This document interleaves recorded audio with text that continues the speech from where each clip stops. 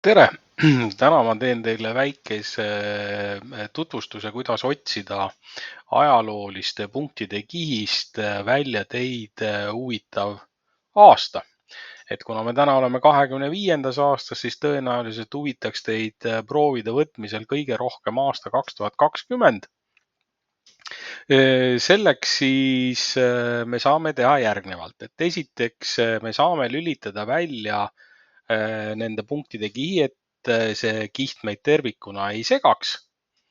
Ja nüüd valime siit ülevalt selle ikooni, kus on selline rist, lisa ja siin on eraldi siis päringu tegemise võimalus, et kui me selle peal klikime, küsitakse, milliselt kihilt me päringut tahame teha. Me valime siit kihi punktide ajalugu, siis päringukasti küsitakse kindlasti, et kas ainult nähtava kaardi piirkond või kõik andmed, siis valike alati kõik. Siis otsitakse üle Eesti kogu andmekihist.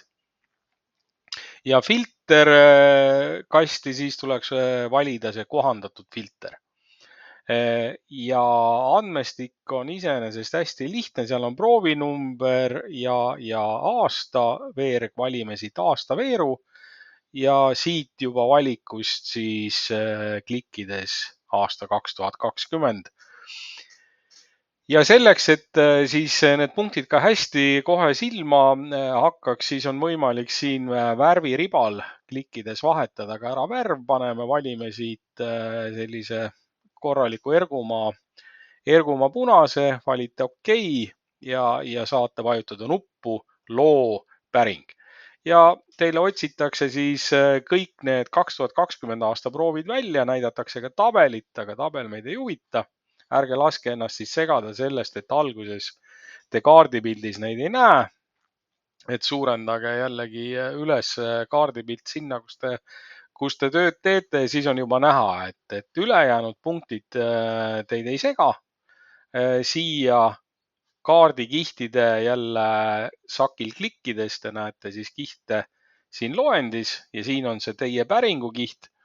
Et on teil ilusti silma ees siis ainult selle konkreetse aasta, mis teid huvitab, proovid ja saate siis põldude kaupa oma kliendi juures liikuda, ilma et oleks vaja eraldi mingisuguseid otsinguid teha. Ja kui see kiht on teil kasutatud või te tahate teha mingi muu kihi, siis see ei salvestu. Et kui te panete oma kaardisessiooni kinni, siis see vahe, selline päringukihikene, see kaob ära. Või te tahate siis selle ise ära kustutada, tahate uut päringut teha, siis siin saate siis vajutada seda 3 punktikese peal ja kustuta kiht ja ongi ta läinud. Nüüd karta midagi vaja ei ole, et midagi te siin ise ära rikkuda ei saa. Et niisama lihtne see päringu koostamise osa siis on. Head katsetamist!